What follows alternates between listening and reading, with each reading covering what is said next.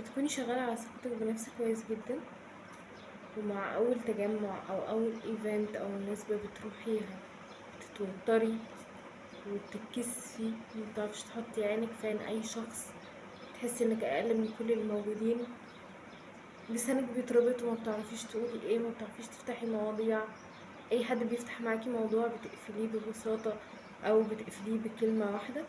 فبالتالي بترجعي البيت ندمانة ان انتي ما شاركتيش وما اتكلمتيش مع الناس وما فتحتيش حوارات مع اشخاص كتير وفضلتي طول الوقت مكسوفة. ممكن حتى ان انتي توصلي لمرحلة ان انتي بترفضي اصلا تتواجدي في اماكن زي دي لمجرد بس ان انتي خايفة ان انتي تتعاملي مع الناس.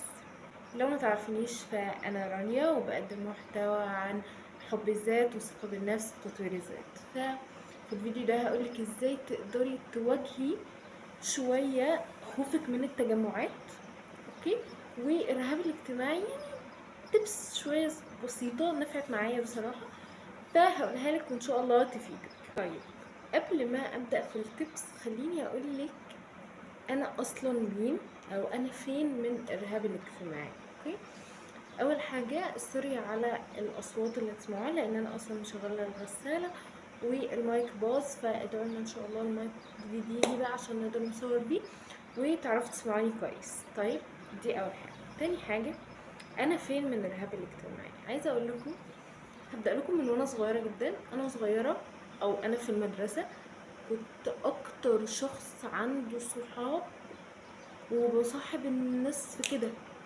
يعني انا كنت مصاحبه صحابي في المدرسه، دفعتي كلها كنت مصاحباها.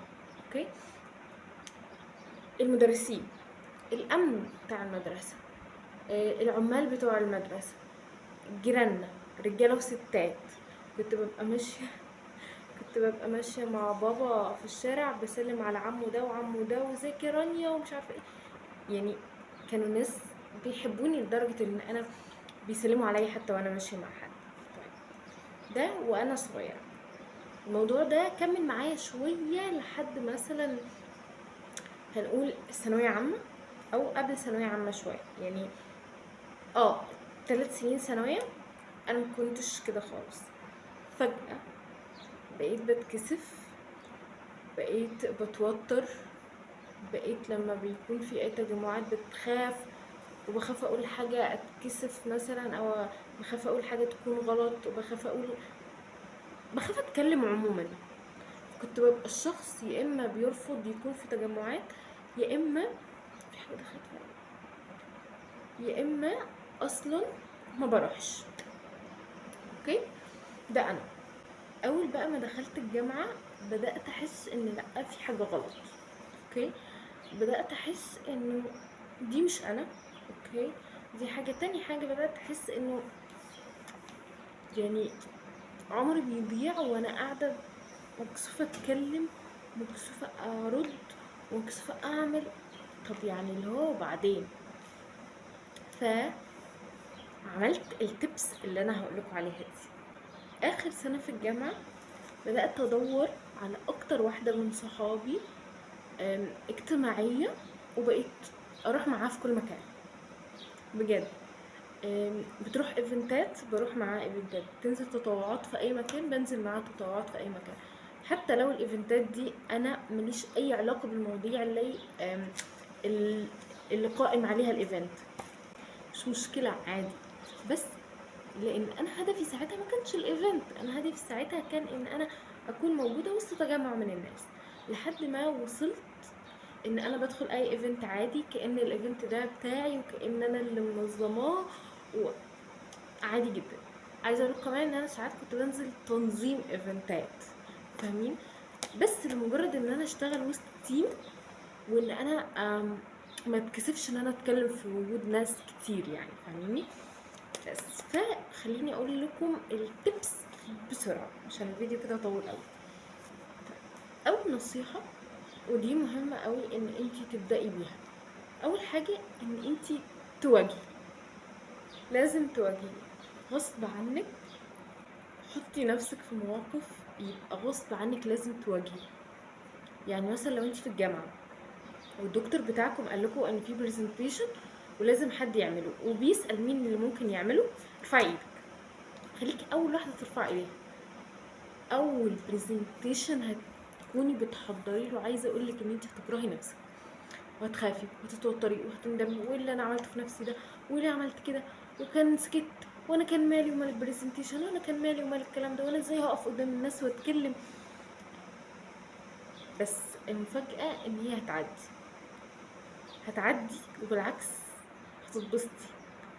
بصراحه مش هتتبسطي، يعني هو في حلين، يا اما انك هتتبسطي جدا او هتحسي ان انت انا ازاي حققت ده، او انا ازاي طلع مني ده. تاني حل ممكن يحصل ان انت تفضلي متوتره وتقولي ما انا كنت قاعده مرتاح، انا كان مالي ليه اعمل كده. بس في الحالتين انت اتعلمتي وكسرتي خوفك من ان انت تتكلمي قدام مجموعه كبيره من الناس.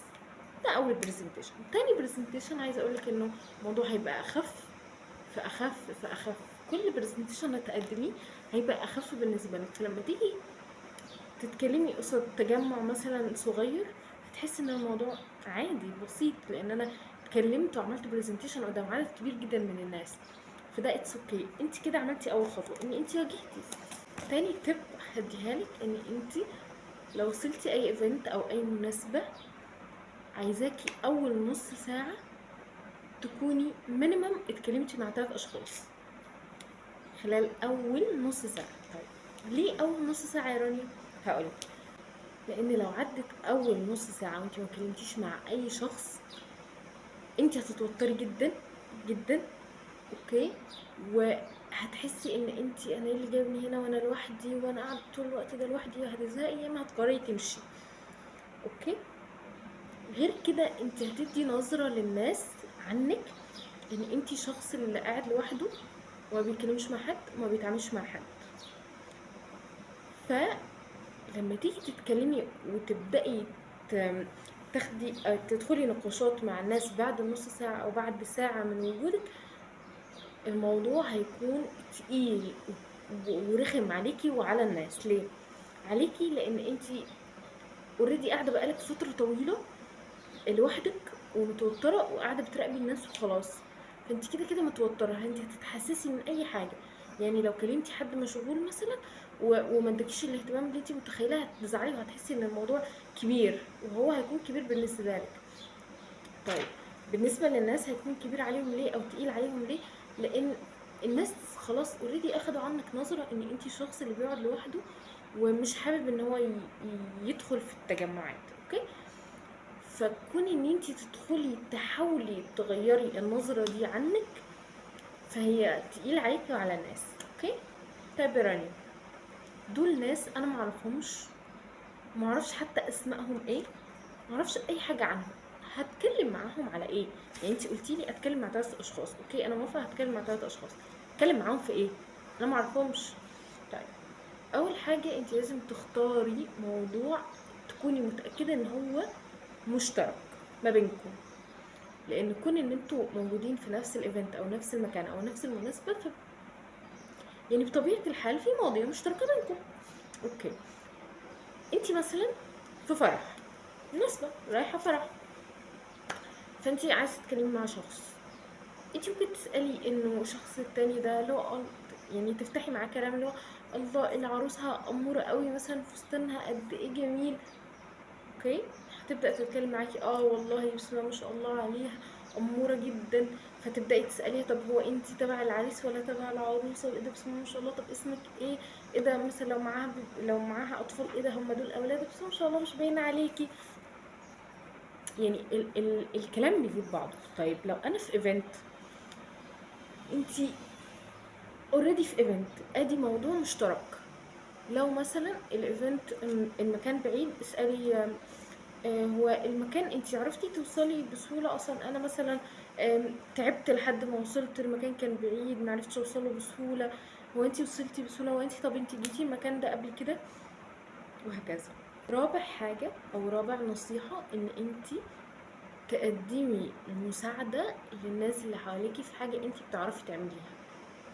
يعني مثلا لقيتي مثلا انت في ايفنت وفي ناس كتير بتتصور، ولقيتي مثلا بنوته او اتنين مثلا يعني مش عارفين يتصوروا، كل واحده جايه لوحدها ومش عارفين يتصوروا وهكذا، انت ممكن تروحي تعرضي على بنوته منهم ان انت تصوريها، بالتالي هي هتصورك، فلو صوريني وصورك والنقاشات هتتفتح من هنا، اللي هو ايه ده الصوره دي حلوه، ايه ده بس ما شاء الله شنطتك جميله قوي، جبتيها من فين بجد، طب بجد، وهكذا.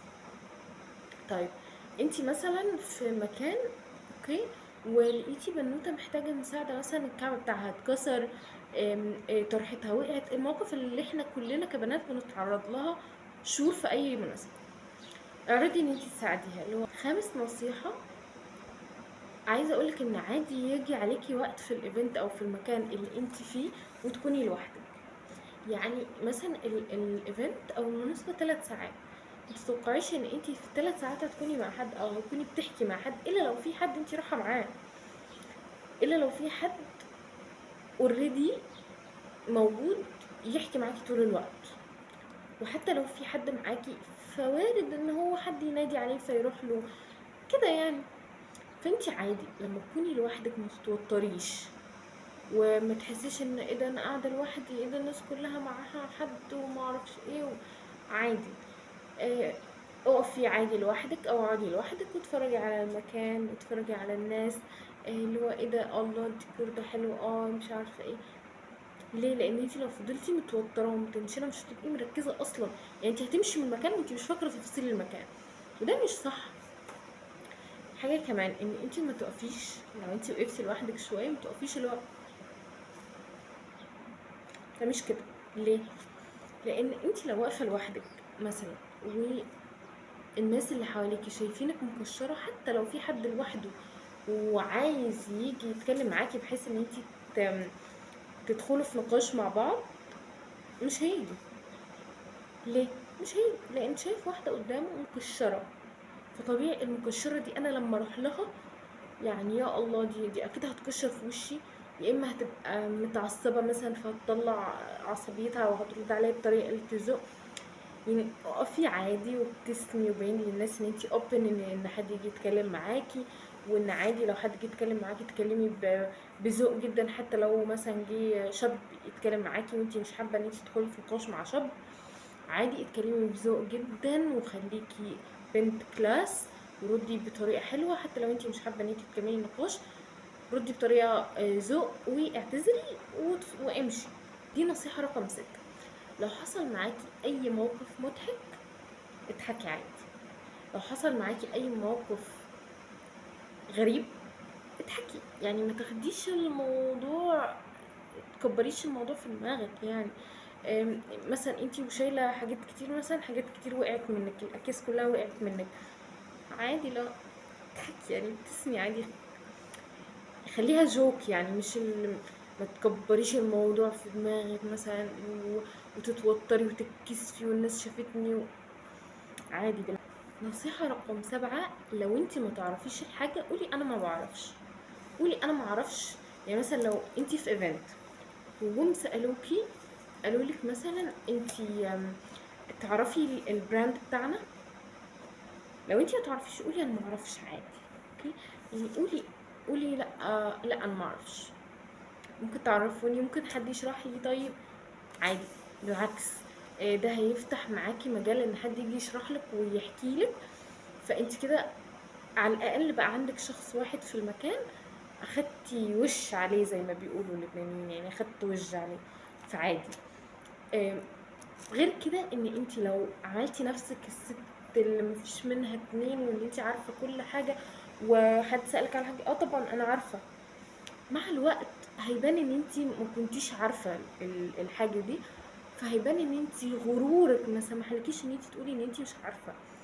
يعني عادي مش مطلوب منك ان انت تكوني عارفه كل حاجه في الحياه، لا عادي، انا في حاجات ما اعرفهاش، انت في حاجات ما تعرفيهاش، هو في حاجات ما يعرفهاش، البنت اللي هناك في حاجات ما تعرفهاش، عادي مفيش حد فينا يعرف كل حاجه، محدش ختم الدنيا، مفيش. نصيحه رقم 8، قبل ما تروحي اي مناسبه اسالي حد راح قبلك، او قبل ما تروحي اي ايفنت او مكان اول مره تروحي اسالي حد راح قبلك، او لو مناسبه مثلا في مكان او عند اشخاص انت عمرك ما رحتي مناسبه ليهم، اسالي مثلا حد، اسالي صاحبتك راحت، اسالي مامتك، اسالي حد كبير مثلا. ليه؟ لان انت مثلا ممكن تكوني رايحه مكان، المكان ده المفروض تاخدي ورد وانت رايحه، بس انت روحتي وما خدتيش ورد، فانت كده الناس هتشوف اللي هو ويرد قوي ان انت جايه من غير ورد. في ناس مثلا لا عيب ان انت تاخدي ورد في المناسبه دي، قله ذوق مثلا، او تبان او هتبيني الاشخاص التانية اللي رايحه الايفنت ان هي قله الذوق عشان هما ما جابوش ورد. فهماني؟ انت اسالي.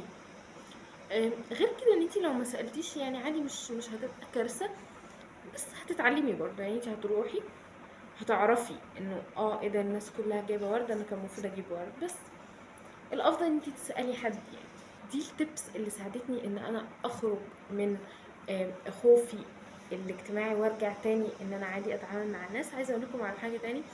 فاكرين في اول الموضوع لما كنت بقول لكم ان انا كنت بجبر نفسي اروح ايفنتات مع ناس صحابي؟ في الايفنتات دي انا ما كنتش بروح وبس، اوكي، انا كنت بروح وخلاص. يعني في الايفنت بقول اللي هو انا كده كده جيت، يعني طب ما شارك. يعني مثلا حد بيتكلم، طب ما شارك في النقاش، ما انا كده كده جيت.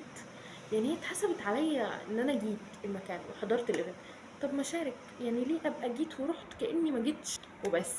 عايزاكم تتجرأوا شويه، وعادي الناس يعني مفيش حد، انتوا مش اقل من حد، وما تخافوش الناس مش بتعض.